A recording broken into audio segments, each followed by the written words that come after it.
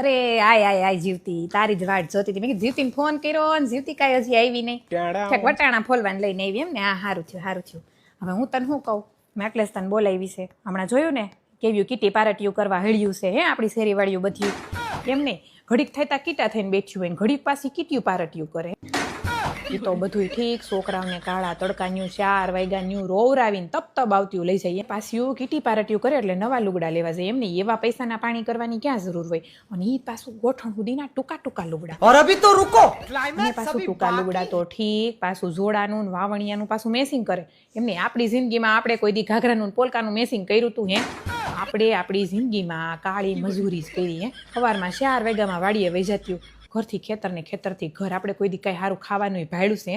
ઢૈડા સિવાય કાંઈ ધંધો નથી કર્યો.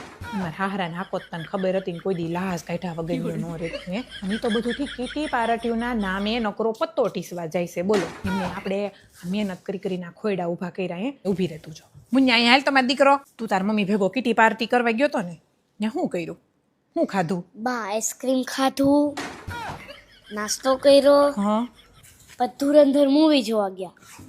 સાંભળું ને જીવતી, જા મારા દીકરો રમવા બેડા ને સાંભળ. તાર મમ્મી ન કહેતો હું આમ પૂછતી હતી એમ. હો જા.